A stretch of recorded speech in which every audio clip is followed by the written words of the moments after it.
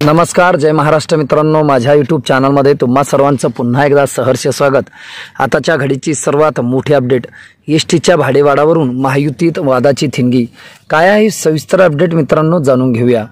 गेल्या 2 दिवसापासून एसटी भाडेवाढावरून महायुतीच्या नेत्यामध्ये वाद पाहायला मिळत आहे। एसटी भाडेवाढावरून शिंदे गट आणि अजित पवार गटात दुमत पाहायला मिळत आहे। एसटी बसेसची अवस्था ठीक नसताना भाडेवाढ करणे योग्य नसून अद्याप निर्णय लागू झालेला नाही। मुख्यमंत्री प्रदेश दौऱ्यावरून आले आहेत, त्यांच्याशी बोलून अंतिम निर्णय होईल असं अजित पवार यांनी म्हटलं आहे। तर दुसरीकडे अधिकाऱ्यांनी परस्पर भाडेवाढीचा निर्णय घेतल्याचं प्रताप सरनाईक यांनी म्हटलं आहे।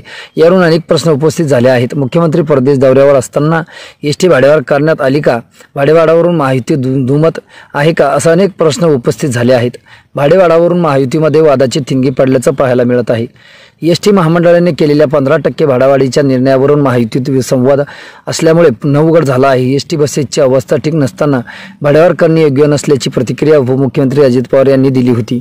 मात्र त्यांच्या दुसऱ्याच दिवशी शिंदे सेनेचे नेते प्रताप सरनाईक यांच्या नेतृत्वाखाली परिवहन विभागाने या दरवाढीला हिरवा कंदील दाखवून तीही लागूही केली। याबाबत शनिवारी पुन्हा अजित पवारांना पत्रकारांशी विचारणा केली असता अजून निर्णय लागू झालेला नाही।